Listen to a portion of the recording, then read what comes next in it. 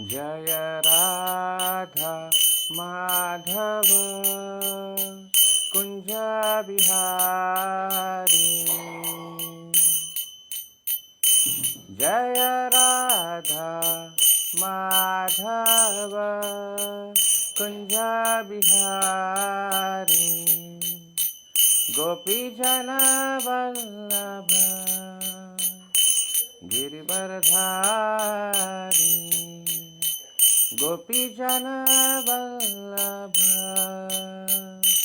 गिरिवरधारी। यशोदानंदन व्रज जन रंजन। यशोदानंदन व्रज जन रंजन। यमुना तीरावनचारी।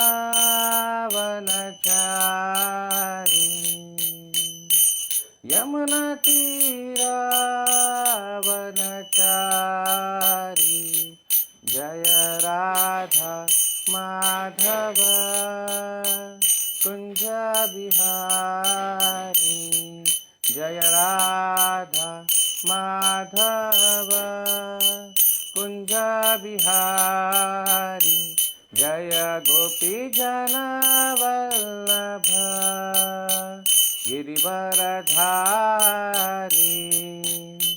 यशोदानंदन व्रज जन रंजन। यमुना तीरावनचारी।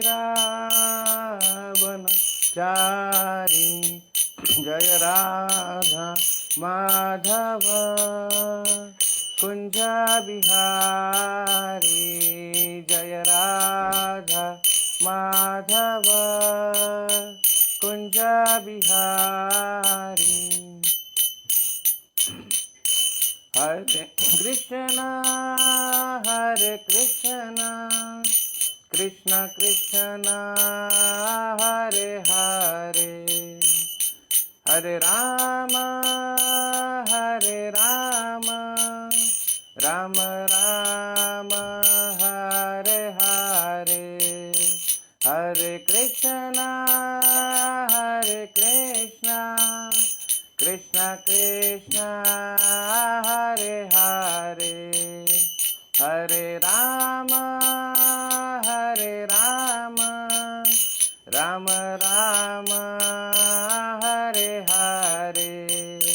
हरे कृष्ण कृष्ण कृष्ण हरे हरे। हरे राम राम राम हरे हरे। हरे कृष्ण कृष्ण कृष्ण हरे हरे। हरे राम राम राम हरे हरे। हरे कृष्ण कृष्ण कृष्ण हरे हरे। हरे राम राम राम हरे हरे। जय प्रभुपद प्रभुपद शिल प्रभुपद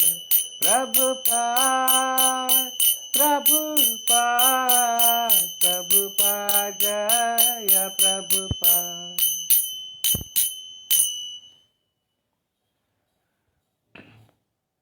ओम नमो भगवते वासुदेवाय। ओम नमो भगवते वासुदेवाय। ओम नमो भगवते वासुदेवाय। नारायणं नमस्कृत्यं नरं चैव नरोत्तमं देवीं सरस्वतीं व्यासं ततो जयमुदीरयेत्। नष्टप्रायेषु अभद्रेषु नित्यं भागवत सेवया भगवती उत्तमा श्लोके भक्तिर्भवति नैष्ठिकी। कृष्णाय वासुदेवाय देवकी नंदनाय च नंदगोपकुमाराय गोविंदाय नमो नमः।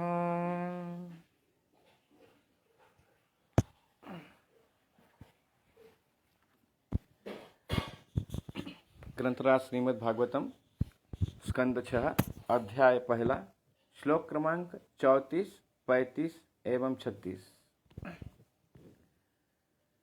सर्वे पद्मपलाशाक्षा पीतकौशेयवाससः किरीटिनः कुण्डलिनो लसत्पुष्करमालिनः सर्वे च नूत्नवयसा सर्वे चारु चतुर्भुजः धनुर्निषङ्ग आसी गदा शङ्खचक्राम्बुजश्रियः दिशो वीतिमिरालोका कुर्वन्तः स्वेन तेजसा किमर्थं धर्मपालस्य किंकरान्नो निषेधत। शब्दार्थ।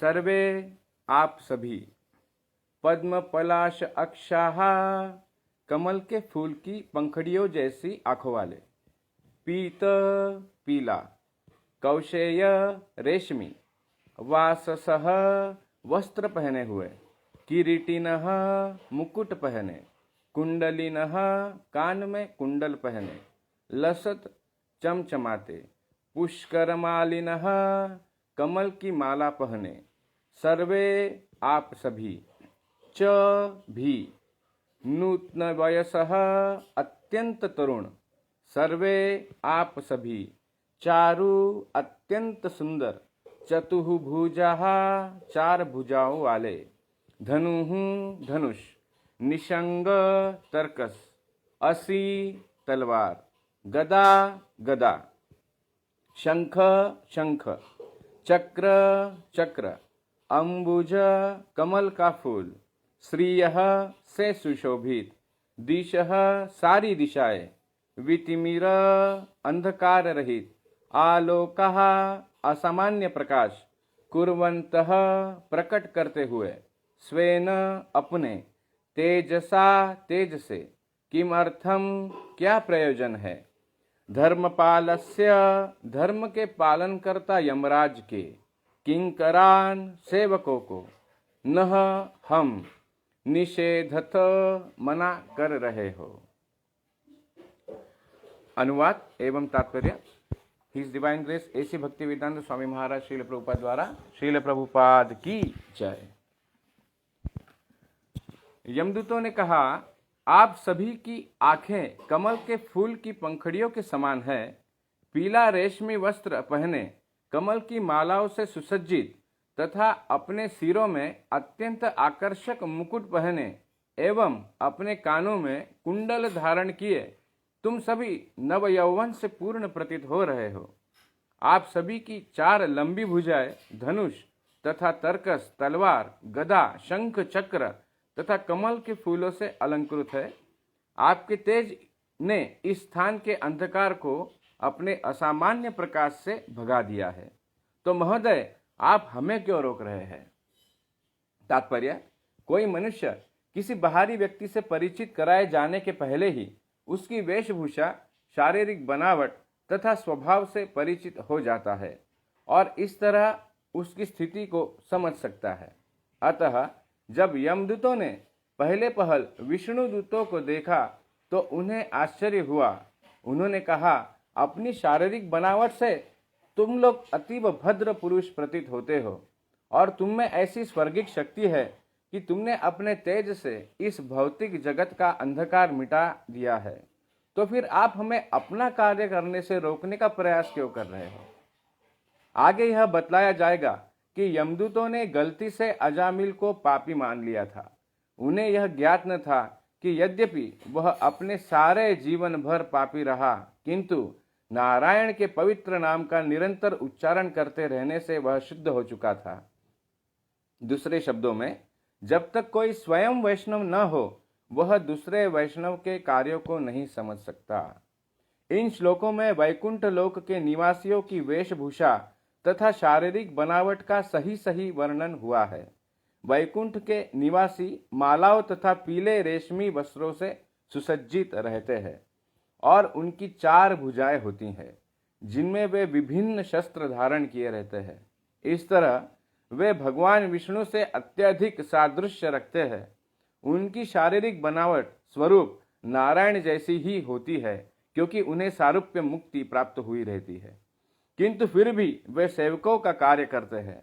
वैकुंठ लोक के सारे निवासी यह जानते हैं कि उनके स्वामी नारायण अथवा कृष्ण हैं और वे सब उन्हीं के सेवक हैं। वे सभी स्वरूप सिद्ध आत्माएं हैं जो कि नित्य मुक्त है। यद्यपि वे अपने को प्रामाणिक रूप से नारायण या विष्णु घोषित कर सकते हैं, किंतु वे ऐसा नहीं करते हैं। वे सदैव कृष्ण भावना भावित रहते हैं और अतीव श्रद्धा पूर्वक भगवान की सेवा करते हैं। वैकुंठ लोक का वातावरण ऐसा है। इसी तरह जो व्यक्ति कृष्ण भावनामृत के माध्यम से भगवान कृष्ण की श्रद्धा पूर्ण सेवा करना सीख जाता है, वह सदैव वैकुंठ लोक में रहता है। उसे भौतिक जगत से कुछ भी लेना देना नहीं रहता। ओम अज्ञानतिमिरन्धस्य ज्ञानाञ्जनशलाकया चक्षुरुन्मीलितं येन तस्मै श्रीगुरवे नमः। श्रीचैतन्यमनोभीष्टं स्थापितं येन भूतले स्वयं रूप कदा मह्यं ददाति स्वपदान्तिकं। वन्देऽहं श्रीगुरो श्रीयुतापदकमलं श्रीगुरुं वैष्णवांश्च श्रीरूपं साग्रजातं सहगण रघुनाथान्वितं तं सजीवं साद्वैतं सावधूतं परिजनसहितं कृष्णचैतन्यदेवं श्रीराधा कृष्णपादान् सहगण ललिता श्रीविशाखान्वितांश्च। नमो विष्णुपादाय कृष्णप्रेष्ठाय भूतले श्रीमते भक्तिवेदांत स्वामिनिति नामिने। नमस्ते सारस्वते देवे गौरवाणी प्रचारिणे निर्विशेष शून्यवादी पाश्चात्य देशतारिणे। वाञ्छाकल्पतरुभ्यश्च कृपा सिन्धुभ्यैव च पतितानां पावनेभ्यो वैष्णवेभ्यो नमो नमः। जय श्री कृष्ण चैतन्य प्रभु नित्यानंद श्री अद्वैत गदाधर श्रीवासादि गौर भक्तवृंद।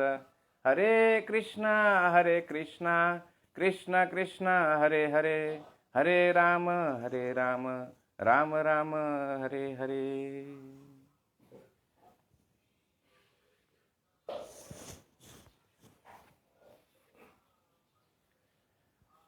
हरे कृष्णा। तो आप सभी भक्तों का बहुत बहुत हार्दिक अभिनंदन आज के इस श्रीमद् भागवत कथा में। और मैं सभी भक्तों के चरणों में कृपा की याचना करता हूँ ताकि इस श्रीमद् भागवत कथा के माध्यम से मैं कुछ कहने का प्रयास करूँ और मेरे शब्दों में आप वैष्णवों की कृपा के कारण कुछ शक्ति आ जाए। तो अजामिल के जीवन का इतिहास हम पिछले कुछ सप्ताह से श्रवण कर रहे हैं और कथा चल रही है। और आज का तो यह परम सौभाग्य है कि आज उत्पन्ना एकादशी है और साथ ही साथ आज महान वैष्णव श्री नरहरि सरकार जी का भी तिरोभाव दिवस है। और साथ ही साथ जो मार्गशीर्ष महीना जिसे हम स्पेशली गीता जयंती और बुक डिस्ट्रीब्यूशन के माध्यम से देखते हैं, गीता मैराथन रहता है। तो इस प्रकार से आज का जो यह एकादशी का जो दिवस है, तो हम अजामिल के जीवन का इतिहास जो है इस कथा के माध्यम से श्रवण कर कर और साथ ही साथ आज से ही पुस्तक वितरण का संकल्प लेकर हम प्रभुपाद जी का जो यह मिशन है, हरे कृष्णा आंदोलन है, इसे हम और अच्छे से आगे बढ़ाने का प्रयास करेंगे। तो एक बार श्लोक फिर से हम दोहराएंगे। सर्वे पद्म पला साक्षा पीतकौशेयवाससः किरीटिनः कुण्डलिनो लसत्पुष्करमालिनः सर्वे च नूत्नवयसा सर्वे चारु चतुर्भुजः धनुर्निषङ्ग आसीगदा शङ्खचक्राम्बुजश्रियः दिशो वीतिमिरालोका कुर्वन्तः स्वेन तेजसा किमर्थं धर्मपालस्य किंकरानो निषेधत। यमदूतों ने कहा, आप सभी की आंखें कमल के फूल की पंखड़ियों के समान है। पीला रेशमी वस्त्र पहने, कमल की मालाओं से सुसज्जित तथा अपने सिरों में अत्यंत आकर्षक मुकुट पहने एवं अपने कानों में कुंडल धारण किए तुम सभी नवयौवन से पूर्ण प्रतीत हो रहे हो। आप सभी की चार लंबी भुजाएं धनुष तथा तरकश, तलवार, गदा, शंख, चक्र तथा कमल के फूलों से अलंकृत है। आपके तेज ने इस स्थान के अंधकार को अपने असामान्य प्रकाश से भगा दिया है। तो महोदय, आप हमें क्यों रोक रहे हैं? तो जैसे कि हम पिछले कुछ सप्ताहों में देखें, तो अजामिल का जो आत्मा है, अजामिल के जो प्राण है, उनके शरीर से अब यमदूत उसे निकालने का प्रयास कर ही रहे थे।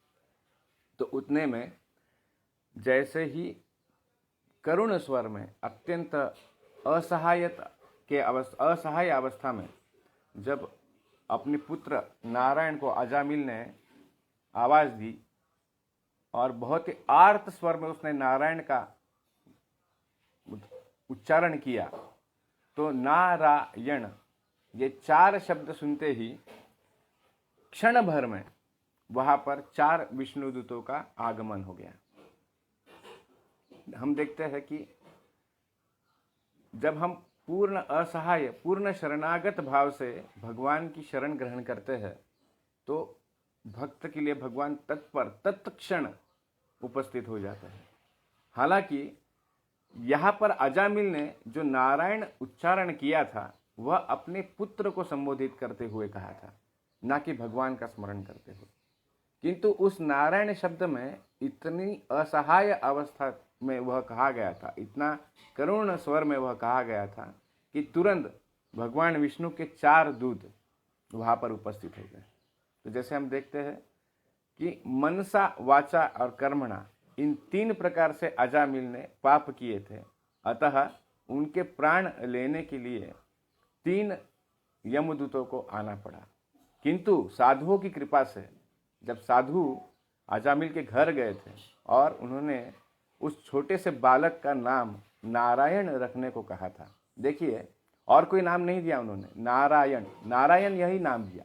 यह इसलिए दिया क्योंकि नारायण, अजामिल जो है एक ब्राह्मण परिवार से था और अपने कर्मकांड में वह निष्णात था, और वह ब्राह्मण होने के नाते नारायण की सेवा किया करता था। तो नारायण के प्रति उनके हृदय में कहीं ना कहीं वह सुप्त प्रेम था। तो साधुओं ने अन्य कोई और नाम नहीं दिया, उन्हें नारायण नाम दिया। और उस बालक का नाम रखने के पश्चात ही उसके मुख से अब नित्य नारायण का स्मरण होने लगा। वह अपने पुत्र को नारायण नारायण कहकर पुकारने लगा। कम से कम उसका सौभाग्य है कि वह नारायण यह पूरा नाम ले रहा था। नहीं तो आजकल क्या हम देखते हैं, जैसे कि मान लो किसी का नाम है कमल लोचन और हम उनसे कहते हैं कि अरे कल्लू जरा इधर आ जा। सोचो, अगर अजामिल के बेटे का नाम इस प्रकार कुछ होता, कमल लोचन, और अंत समय में अगर वह कल्लू कहकर चिल्लाता, तो क्या वहाँ पर विष्णुदूत आते? तो कम से कम यह अजामिल का सौभाग्य है कि उसने अपने पुत्र का नाम जो नारायण रखा गया था, तो वह पूरी तरह से वो नारायण इन शब्द का उच्चारण किया करता था। साथ ही साथ हम देखते हैं कि परफेक्ट टाइमिंग, साधुओं का भी परफेक्ट टाइमिंग था कि 10वें पुत्र के समय वो वहाँ पर आए, उन पर कृपा की और उनके पुत्र का नाम नारायण रखा। और मृत्यु के समय अप्रत्यक्ष रीति से, नामाभासी से ही अजामिल ने अपने पुत्र को संबोधित किया और वहाँ पर भगवान के विष्णुदूत परफेक्ट टाइमिंग उसी समय वहाँ पर आ गए। तो परफेक्ट टाइमिंग से हम आपको एक छोटी सी कथा बताने का प्रयास कर रहे हैं। ये प्रसंग है बुक डिस्ट्रीब्यूशन का। तो एक बार एक ब्रह्मचारी बुक डिस्ट्रीब्यूशन के लिए बाहर निकले और डोर टू डोर वह प्रचार और साथ ही साथ बुक्स लेकर जा रहे थे और पुस्तक वितरण कर रहे थे। तो एक बहुत ही क्रीम एरिया जहाँ उच्च भ्रू जो श्रीमंत लोग रहते हैं, ऐसे एरिया में वह गए और वहाँ वह बुक डिस्ट्रीब्यूशन करने लगे। तो एक फ्लैट के पास जब वह आए और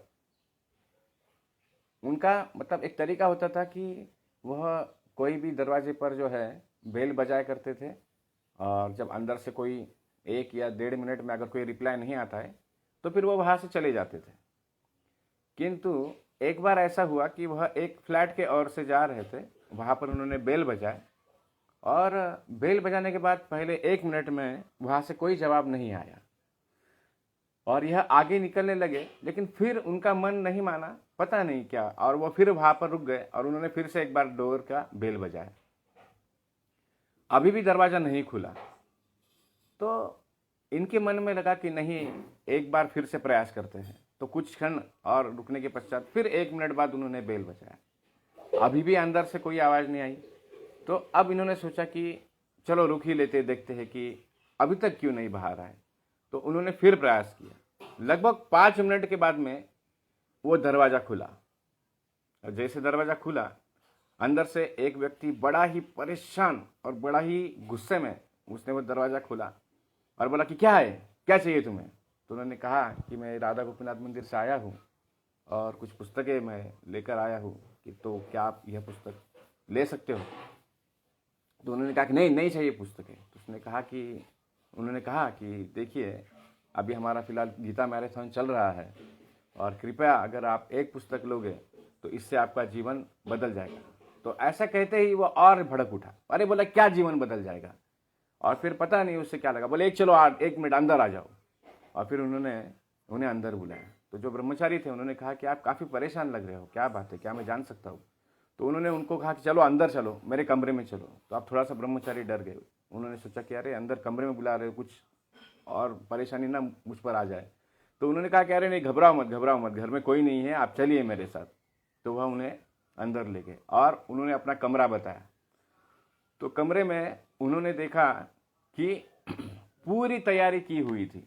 नीचे एक स्टूल रखा था, पंखे को रस्सी बंधी हुई थी और वह गले में अपना फांसी का फंदा लगाने ही वाले थे। और उतने में वहाँ पर यह व्यक्ति जो है, जो ब्रह्मचारी जो है, वहाँ पर बुक डिस्ट्रीब्यूशन के लिए आए हुए थे। उन्होंने कहा कि देखो, मैं अभी मरने जा रहा था, लेकिन तुम लोग तो मुझे मरने भी नहीं दे रहे हो।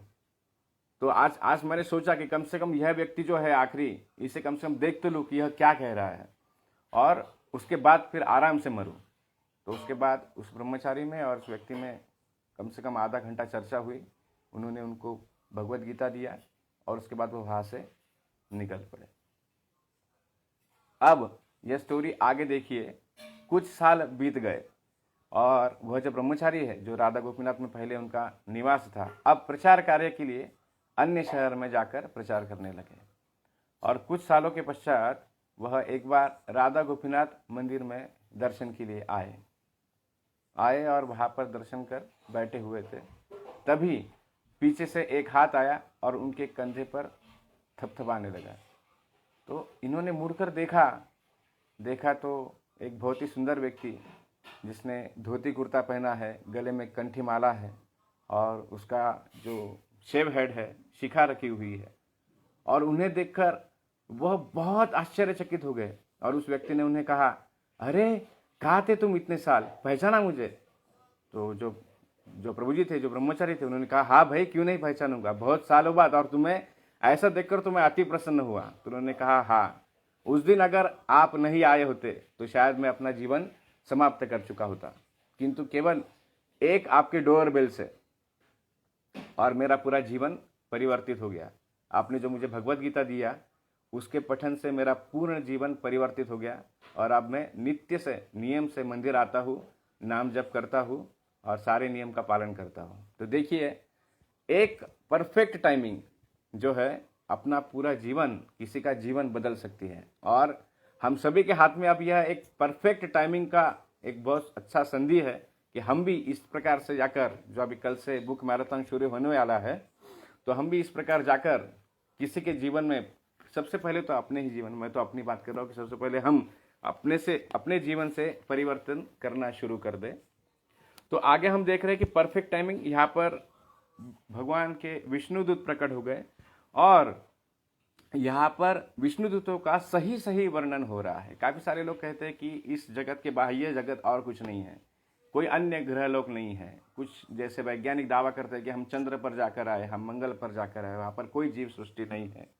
लेकिन श्रीमद् भागवतम बताता है सही सही वर्णन कि देखिए विष्णुदूतों का वर्णन में कह रहे हैं कि आप सभी की आंखें कमल के फूल की पंखुड़ियों के समान है। देखिए विष्णुदूतों की जो आंखें हैं यह कमल के फूल की समान है, हमारी तरह नहीं बटन जैसे आंखें, कैसी तो दिखने वाली आंखें। और हम है कि कुछ फिल्मी गानों के माध्यम से आंखों की प्रशंसा करते हैं। तो यहाँ पर जो है आंखों का जो वर्णन है वो कमल के फूल की पंखुड़ियों के समान कर रहे हैं। उनके जो वस्त्र है वह पीले रेशमी वस्त्र पहने हुए हैं और कमल की मालाओं से सुसज्जित तथा अपने सिरों में अत्यंत आकर्षक मुकुट पहने एवं अपने कानों में कुंडल धारण किए हैं। अब देखिए उन्होंने अपने वस्त्र रेशमी पहने, पीले रेशमी वस्त्र, उनके गले में कमल की माला है, उनके सरों पर आकर्षक मुकुट है और उनके कानों में चमचमाते सुंदर कुंडल है। और सबसे विशेष बात कि तुम सभी नव यौवन से पूर्ण प्रतीत हो रहे हो। यहाँ पर वर्णन किया जा रहा है कि जो विष्णुदूत है वह पूर्णतः नव यौवन से पूर्ण प्रतीत है। तो हम जैसे देखते हैं अध्यात्म, जैसे जिस तरह से श्रीमद् भागवतम में वर्णन है, भगवद गीता में वर्णन है कि जो व्यक्ति भगवान के धाम को प्राप्त करता है वह शाश्वत अपने स्थान पर आता है और वहाँ पर वह हमेशा से नव यौवन रहता है। जिस तरह से हम कृष्ण को देखते हैं, कृष्ण हमेशा नव यौवन है, हालांकि वह आदि है, पुराण पुरुष है। जो श्लोक है ना, आद्यम पुराण पुरुषम नव यौवनंच, तो उसी प्रकार जो भगवान के सेवक जो जीव होते हैं, जो भगवान के साथ उनके धाम में निवास करते हैं, उनकी सेवा करते हैं, वह भी हमेशा नव यौवन होते हैं। आप सभी की 4 लंबी भुजाएं, उनके अभी 4 जो लंबी भुजाएं हैं, तो उसमें क्रमशः किसी के हाथ में तरकस, तलवार, गदा, शंख, चक्र तथा कमल के फूलों से अलंकृत है। आपके तेज से इस स्थान के अंधकार को अपने असामान्य प्रकाश से भगा दिया है। अब देखिए जब विष्णुदूत वहां प्रकट हुए हैं तो उनके तेज से वहां का जो भौतिक अंधकार है वह पूरी तरह से मिट चुका है। तो जैसे भगवद गीता में भगवान कहते हैं, न तद्भासयते सूर्यो न शशांको न पावकः यद गत्वा न निवर्तन्ते तद्धाम परमं मम। तो मेरा जो धाम है उसे कोई अग्नि, सूर्य, चंद्र प्रकाशित नहीं करता, तो वह स्वयं प्रकाशित है। तो वहाँ के जो भक्त है, वहाँ के हर वस्तु जो है, भगवान के धाम की हर वस्तु यह स्वयं प्रकाशित है। उन्हें किसी टॉर्च, कैंडल की जरूरत नहीं पड़ती है कहीं जाने के लिए। तो जब यहाँ पर विष्णुदूत उपस्थित हुए और इतना सुंदर वर्णन, देखिए कितना सुंदर वर्णन यहाँ पर विष्णुदूतों का किए जा रहा है। और आगे हम अगर तात्पर्य में देखेंगे तो प्रभुपाद जी भी कहते हैं कि इन श्लोकों में वैकुंठ लोक के निवासियों की वेशभूषा तथा शारीरिक बनावट का सही सही वर्णन हुआ है। वैकुंठ के निवासी मालाओं तथा पीले रेशमी वस्त्रों से सुसज्जित रहते हैं और उनकी 4 भुजाएं होती है और उसमें विभिन्न शस्त्र धारण किए रहते हैं और इस तरह से वह भगवान विष्णु से अत्यधिक सादृश्य रखते हैं। तो सादृश्य यहाँ पर जो है, इन विष्णुदूतों को सारूप्य मुक्ति प्राप्त हुई है। जिस प्रकार हम देखते हैं मुक्ति के 5 प्रकार होते हैं। एक होता है सार्ष्टि, जिसमें हमें भगवान की ही तरह ऐश्वर्य मिलता है। दूसरे होता है सारूप्य, हमें भगवान के ही समान रूप मिलता है। उसके बाद में होता है सामीप्य, हमें भगवान का सहवास, निकट सहवास भगवान का प्राप्त होता है। और सालोक्य, हमें भगवान का धाम प्राप्त होता है। और सायुज्य, तो कुछ जो है सायुज्य मुक्ति जब प्राप्त करते हैं तो वो भगवान में विलीन होते हैं। तो इस प्रकार 5 मुक्ति के प्रकार है और उसमें हम देखेंगे कि सारूप्य मुक्ति इन विष्णुदूतों को प्राप्त हुई है। इनका पूर्ण शरीर नारायण के ही जैसा प्रतीत हो रहा है, यहाँ पर प्रभुपाद वर्णन करते हैं, लेकिन फिर भी उनके अंदर सेवक का भाव है। ये विशेष रूप से प्रभुपाद जी यहाँ मेंशन करते हैं कि किंतु फिर भी वे सेवकों का कार्य करते हैं। देखिए इतना सुंदर रूप उन्हें मिला है कि जिनके जिनके शरीर से तेज प्रकाशित हो रहा है, उनका जो आंखें कमल के फूलों की तरह है, उनकी रेशमी वस्त्र है, इतने सुंदर मुकुट उन्होंने पहने हैं, उनके हाथों में 4 भुजाओं में शंख चक्र गदा पद्म इस तरह से विभिन्न अस्त्र है, फिर भी उन्हें अपने ऊपर कोई अभिमान नहीं है, उनके अंदर कोई अहंकार नहीं है। तो इस वर्णन से हम जान सकते हैं कि इतनी पूर्णता उनमें होकर भी वह भगवान के सेवक है। तो हमने भी यही प्रयास करना चाहिए। हम तो अति सामान्य जीव है, ना हम रूप में है, ना सौंदर्य में है, ना यश में है, ना बल में है, हम इसके मुकाबले हम कहीं भी नहीं है। तो हमने भगवान से प्रार्थना करनी चाहिए कि यही सेवा भाव जो है निरंतर हमारे अंदर रहना चाहिए।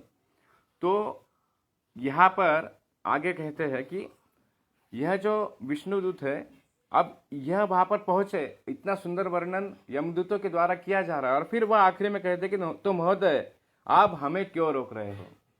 आप देखिए, कोई अगर इतना सुंदर व्यक्ति किसी सभा में किसी घटना के समय पे अगर कुछ ऐसा गलत कुछ घटनाएं हो रही है, क्षमा चाहते हैं, ऐसा कुछ घटना हो रही है जहाँ पर किसी अपराधी को दंड मिल रहा है और कोई सभ्य पुरुष वहाँ पर आता है और बोलता है कि नहीं इसे दंड मत दो। सोच लिए, मान लीजिए कि कोई टेररिस्ट है, वो समाज में बहुत आतंक मना रहा है और हर किसकी मनस्वी इच्छा है कि इसे तो अब दंड मिलना चाहिए। और स्पेशली अजामिल के बारे में तो कहा जाता है कि उसके पापों से तो यमदूत, उनका जो लेखा जोखा लिखने वाले जो चित्रगुप्त थे, वह तक की थक चुके थे। ऐसा कहा जाता है कि 28 बड़े बड़े गोदाम जो है उनके पापों से भर गए थे और आखिर में वह उनका लेखा जोखा लिखना ही बंद कर देते। उन्होंने कहा कि बस अब जैसा इसका समय आता है तो इसका प्राण हर लेंगे, इसे नरक मिलेगा कि स्पेशली इसके लिए एक नया नरक बनवाएंगे, इसने इतना पाप कर्म में प्रवृत्त है। तो सोचिए, ऐसे व्यक्ति को अब दंड देने के लिए विष्णुदूत वहां पर उपस्थित हो गए हैं, यमदूत उपस्थित हो गए हैं और विष्णुदूत आकर उन्हें रोक रहे, कह रहे कि नहीं, आप इन्हें नहीं ले जा सकते हो।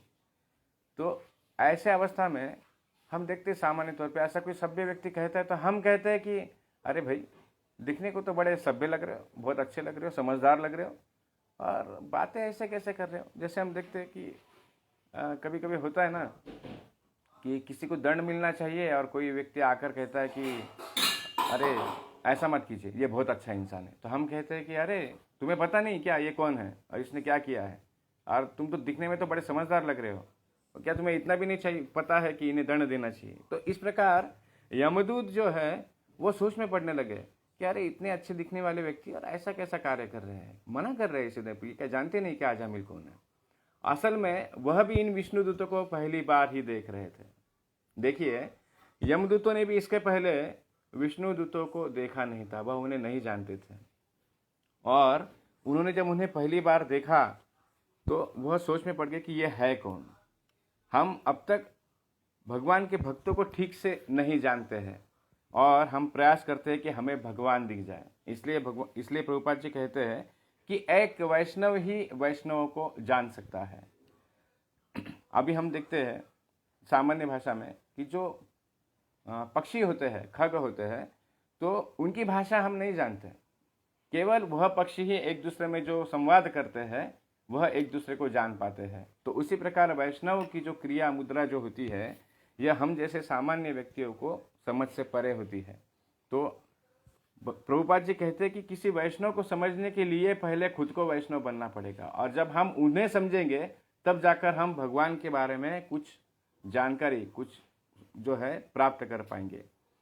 तो इस प्रकार से आगे प्रभुपाद जी कहते हैं कि कोई मनुष्य बाहरी व्यक्ति से परिचित कराए जाने के पहले ही उसकी वेशभूषा, शारीरिक बनावट तथा स्वभाव से परिचित हो जाता है और इस तरह उसकी स्थिति को समझ सकता है। अतः जब यमदूतों ने पहले पहल विष्णुदूतों को देखा तो उन्हें आश्चर्य हुआ। उन्होंने कहा, अपनी शारीरिक बनावट से तुम लोग अतीव भद्र पुरुष प्रतीत होते हो और तुम में ऐसी स्वर्गिक शक्ति है कि तुमने अपने तेज से इस भौतिक जगत का अंधकार मिटा दिया है।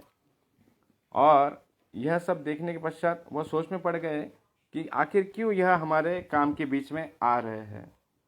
तो हम देख रहे हैं कि एक नाम, नारायण नाम की जो महिमा है, तो वह किस प्रकार आजामिल को विष्णुदूतों को लाने के लिए बाध्य कर चुके थे। तो प्रभुपाद जी कहते हैं कि 4 अक्षर नारायण कहने पर 4 विष्णुदूत आ गए। सोचिए कि अगर मृत्यु के क्षण में हमने अगर पूरा हरे कृष्ण महामंत्र कह दिया, हरे कृष्ण कृष्ण कृष्ण हरे हरे, हरे राम राम राम हरे हरे, तो यह जो महामंत्र है इसमें 32 अक्षर आते हैं। तो सोचिए अगर हम मृत्यु के समय में पूर्ण भाव भक्ति से अगर हम इस महामंत्र का जप करते हैं तो हमारे लिए 32 विष्णुदूत आ जाएंगे, पूरा ट्रैफिक जाम हो जाएगा। तो हमने प्रयास करना चाहिए कि निरंतर कृष्ण के नाम का स्मरण हम करते रहे। श्री ब्रह्म संहिता में एक बहुत सुंदर श्लोक है, यद भाव भावी तधियो मनुजास्तथैव संप्राप्य रूप महिमासन यान भूषः सुक्तेर्यमेव निगम प्रतितः स्तुवन्ति गोविंदमादि पुरुषम तमहम भजामि। तो अनुवाद में कहते हैं कि भाव भक्ति से भावित हृदय वाले मनुष्य अपने उपयुक्त रूप महिमा आसन वाहन तथा आभूषणों को प्राप्त करके वेद कथित मंत्र सूक्तों द्वारा जिनकी स्तुति करते हैं उन आदि पुरुष भगवान गोविंद का मैं भजन करता हूँ। तो ब्रह्म संहिता में भगवान यहाँ कह रहे हैं कि भाव भक्ति से भावित हृदय, जो भक्त भगवान की भाव से भक्ति करता है तो वह अपने उपयुक्त रूप, तो जिस प्रकार वह उसका भाव होता है उस प्रकार से वह, जैसे मैंने अभी कहा कि उन विष्णुदूतों को सारूप्य मुक्ति, भगवान की जो भक्ति थी वो सारूप्य मुक्ति उन्हें प्राप्त हुई, उन्हीं के जैसे उन्हीं के समान रूप वाली। हम देखते हैं कभी कभी कि हम दर्शन के लिए मंदिर में तो रोज जाते हैं किंतु केवल माथा टेकते हैं, दंडवत करते हैं और निकल आते हैं। कभी हमने यह विचार नहीं किया, मतलब आप सभी भक्त तो यह विचार करते होंगे, मैं अपनी स्वयं की बात कर रहा हूँ कि मैं कभी यह विचार नहीं करता हूँ कि भगवान को हम जब देख रहे हैं तो आज भगवान ने क्या पहना है, आज भगवान ने क्या श्रृंगार किया है, आज भगवान का मुकुट कैसा है, आज भगवान के जो कुंडल है वह कितने सुंदर है, आज उनके जो चरण कमल पर जो तुलसी दल अर्पित किया हुआ है वह कितने सुंदर लग रहे हैं, उनके कमर में जो कमर पट्टा लगाया हुआ है भगवान के वह कितना सुंदर है, उनको जो मोर पंख लगाया हुआ है वो कितना सुंदर झूल रहा है। इस वर्णन, इस श्रृंगार की तरफ मेरा बिल्कुल भी ध्यान नहीं होता है। मैं तो जाता हूँ, केवल दर्शन करता हूँ, निकल आता हूँ। और जैसे ही कुछ अगर मंदिर में कभी भीड़ होती है तो हम चलते हैं, भाई चलो जल्दी चलो जल्दी चलो जल्दी दर्शन करो और निकलो बाहर। तो भाव रहना बहुत आवश्यक है। जब भगवान का हम दर्शन करते हैं तो यह भाव, उपयुक्त भाव जो है, यह जब हमारे हृदय में रहेगा तो फिर हमें उसी प्रकार निरंतर स्मरण करने की शक्ति मिलती है। और जैसे जैसे उस भाव में, उस भक्ति में हम आगे पारंगत होते हैं, उसमें निष्णात होते हैं, तो वैसे वैसे हमारा भगवत प्रेम बढ़ने लगता है। जैसे हम देखते हैं मुरारी गुप्ता का उदाहरण कि वह भगवान श्री रामचंद्र जी की निस्सीम भक्ति किया करते थे। वह भगवान प्रभु रामचंद्र की निस्सीम भक्त थे और चैतन्य महाप्रभु जानते थे कि मुरारी गुप्ता यह और कहीं नहीं, वह हनुमान जी है। वह इस लीला में, श्री चैतन्य महाप्रभु की लीला में मुरारी गुप्ता बनकर आए थे। तो उनकी परीक्षा लेने के लिए श्री चैतन्य महाप्रभु ने उनसे कहा कि आप राम की भक्ति छोड़ दो और कृष्ण का नाम स्मरण करो। तो मुरारी गुप्ता वहाँ से चले गए और उसके पश्चात 2 दिन बाद वह आए और उन्होंने महाप्रभु से कहा कि मुझसे नहीं होगा, क्योंकि मैं अपने राम को छोड़कर अन्य किसी का स्मरण नहीं कर सकता हूँ। मेरी राम पर जो श्रद्धा है वह अन्य और कहीं पर भी नहीं हो सकती है। तो चैतन्य महाप्रभु बहुत प्रसन्न हुए और उन्हें आशीर्वाद दिया और उन्होंने कहा कि धन्य है वह राम, धन्य है प्रभु रामचंद्र कि जिन्हें आप जैसे भक्त मिले, और धन्य है आप जिन्हें प्रभु रामचंद्र जैसे भगवान मिले। तो इस प्रकार यह जो भाव भक्ति है वह हमें भक्ति में दृढ़ कराती है। और फिर फैसिलिटीज भगवान की ओर से दिए जाते हैं ना, हमें भगवान की तरह आसन दिया जाता है, वाहन दिया जाता है, आभूषण दिया जाता है। हम देखिए वैष्णव का हम वर्णन देख रहे हैं, वो अपने वाहन में बैठकर आए हैं वहाँ पर, उसके पश्चात उनके शरीर पर सुंदर आभूषण है। केवल 2 वस्तुओं का फर्क होता है भगवान में और विष्णुदूतों में, कि भगवान के जो श्रीवत्स होते हैं और दो फर्क केवल भगवान में और विष्णुदूतों में होते हैं, एक श्रीवत्स और दूसरा, क्षमा कीजिए, कृष्ण में और विष्णु में एक श्रीवत्स होता है और कौस्तुभ मणि, कौस्तुभ माला जो है, कौस्तुभ मणि जो है, यह केवल भगवान में होते हैं और भक्त में जो है, जो सेवा करने वाले होते हैं, उनमें यह नहीं होता है। तो उन्हीं के समान उनको जो है ये सारे वेशभूषाएं उनको मिलती है। और फिर ब्रह्मा जी कहते हैं कि ऐसे गोविंद को जो मैं नमस्कार करता हूँ। तो इस प्रकार आज बहुत सुंदर विष्णुदूतों का वर्णन किया गया है। और आगे हम देखेंगे कि आज उत्पन्ना एकादशी का व्रत है। तो आज सभी वैष्णव जो है उत्पन्ना एकादशी का व्रत पालन कर रहे हैं। तो उत्पन्ना एकादशी के बारे में संक्षिप्त में हम कहना चाहते हैं कि एक मूर नाम का दैत्य था और उसने अपने शक्ति से समस्त ब्रह्मांड में उत्पात मचा कर रखा था। स्वर्ग में और अन्य लोकों में उसने सभी देवताओं को और अन्य सारे जीवों को अपनी बंधन में अपनी शक्ति से उन्हें परास्त कर दिया था। और सारे जो देवता है वह विविध रूप लेकर छुप कर बैठे हुए थे और वह भगवान से प्रार्थना कर रहे थे कि इन मूर राक्षस से हमारी रक्षा हो जाए। तो वह सब जाकर भगवान के पास गए, उनसे विनती किया कि कृपया हमें इस दैत्य से हमारी रक्षा करें। तो भगवान ने कहा कि ठीक है, उसका जो वध है वो मेरे हाथों होगा। और फिर भगवान उस मूर दैत्य से लड़ने के लिए वहाँ पर आ गए और उन्होंने उन्हें आह्वान किया। तो कहते हैं कि देवताओं के 10,000 दिव्य वर्षों तक मूर दैत्य और भगवान के बीच संग्राम हुआ। बहुत घमासान, बहुत विशाल संग्राम यह हुआ। और जब यह संग्राम हो रहा था तो 10,000 वर्ष के पश्चात भगवान ने एक लीला किया। उन्होंने अचानक बोल दिया, टाइम प्लीज। जैसे हम देखते हैं आईपीएल में स्ट्रेटेजिक टाइम आउट होता है, वैसा उन्होंने तुरंत युद्ध करते करते अचानक बिना उनसे कहे तुरंत वहां से उस स्थान का त्याग कर दिया, बद्रिकाश्रम चले गए और एक गुफा में जाकर विश्राम करने लगे, योग निद्रा में सो गए। मूर दैत्य देखकर परेशान, सोचने लगा कि ये क्या हो गया, ये तो युद्ध कर रहे थे, युद्ध करते करते अचानक पीठ दिखाकर निकल गए। तो और ज्यादा गुस्से में वो जो है उनका पीछा करने लगा। तो बद्रिकाश्रम वह भी पहुंच गया, वहां जाकर देखा तो भगवान सोए हुए थे। उन्होंने सोचा कि चलो ठीक है, अब यहाँ पर जाकर सो रहे हैं, अब इन्हें खत्म कर देता हूँ। जैसे ही मारने के लिए उद्युक्त हो गए तो उनके शरीर से एक कन्या उत्पन्न हुई। भगवान की योग निद्रा जब भगवान जब योग निद्रा में थे तो उनके शरीर से एक कन्या उत्पन्न हुई। और फिर उस कन्या बहुत से अस्त्र शस्त्रों से सुसज्जित थी और उन्होंने तत्क्षण मूर दैत्य को युद्ध के लिए आह्वान किया और उन्हें उनका वध कर दिया। और जब फिर उनका वध करने के पश्चात योग निद्रा से भगवान उठे और उन्होंने देखा कि वह कन्या वहाँ पर उपस्थित है, पूर्ण अस्त्र शस्त्रों से सुसज्जित है और भगवान के सामने नतमस्तक है। तो भगवान ने उन्हें वरदान दिया कि तुम मुझसे उत्पन्न हुई हो, इसलिए तुम्हारा नाम उत्पन्ना है। और आज एकादशी का पर्व है, अतः तुम्हारा जो यह नाम उत्पन्ना एकादशी के नाम से आप प्रसिद्ध होगे। और इस प्रकार से जो व्रत करेंगे वह मेरी धाम की प्राप्ति करेंगे। तो यह जो एकादशी व्रत है, ये सभी भक्तों ने आज इसका बहुत अच्छे से पालन करना चाहिए। विशेष तौर पर जैसे बुक मैराथन शुरू हो गया है, तो आज हमने कम से कम एक ग्रंथ वितरण करने का प्रयास करना चाहिए एकादशी के पावन पर्व पर। और साथ ही साथ आज एक बहुत ही महान वैष्णव आचार्य श्री नरहरि सरकार का तिरुभाव दिवस है। तो नरहरि सरकार जो भगवान के अनन्य साधारण पार्षद है, भगवान की जब भी अवतरण होता है इस धरातल पर, तो भगवान के जो नित्य पार्षद है वह भी भगवान की लीला में साथ देने के लिए, उनकी सेवा करने के लिए हमेशा उपस्थित होते हैं। तो हम जैसे देखेंगे कि जो नरहरि सरकार है, तो इनके पिता का नाम है नारायण दास और इनके माता का नाम था श्री गोई।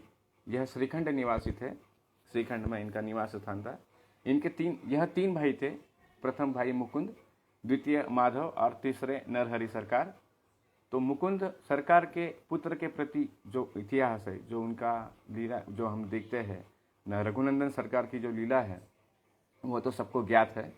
तो यह जो मुकुंद सरकार जो है, इनके पुत्र रघुनंदन सरकार, और मुकुंद सरकार के दूसरे नंबर के जो भाई है उनका नाम था माधव, और तीसरे थे नरहरि सरकार। तो यह बहुत ही उत्कृष्ट गायक थे, भगवान की बहुत सुंदर वह लीलाओं पर वह भजन लिखा करते थे। तो विशेष तौर पर चैतन्य महाप्रभु के अवतरण से पहले जो नरहरि सरकार है वह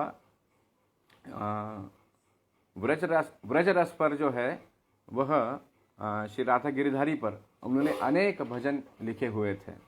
और फिर जब श्री चैतन्य महाप्रभु का जब अवतरण हुआ तो वह उनके नित्य संगी बने, गदाधर पंडित जी और श्री नरहरि सरकार यह उनके नित्य संगी बने।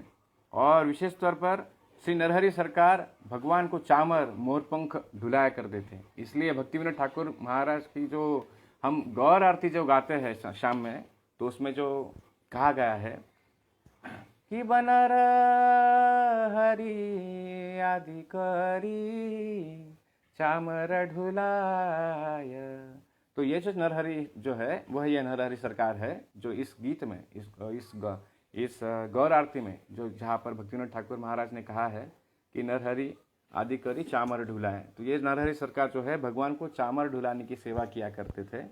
और भगवान की जो डिजायर ट्री जो कल्प वृक्ष है, भगवान का जो भक्ति वृक्ष है, तो इसकी जो प्रमुख शाखाएं हैं तो उसमें 39वीं जो शाखा है वह मुकुंद सरकार और उनके बेटे रघुनंदन सरकार है, और जो 40वीं प्रमुख शाखा है वह स्वयं श्री नरहरि सरकार है।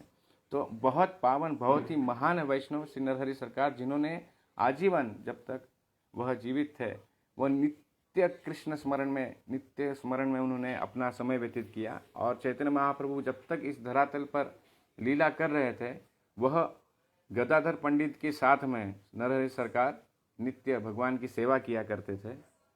तो एक बार नित्यानंद महाप्रभु श्रीखंड में गए जहाँ पर श्री नरहरि सरकार थे, और उन्होंने उनकी तरफ देखा और कहा कि हमें पता है आप कौन हैं, और मधुमती जाओ हमारे लिए शहद लेकर आओ।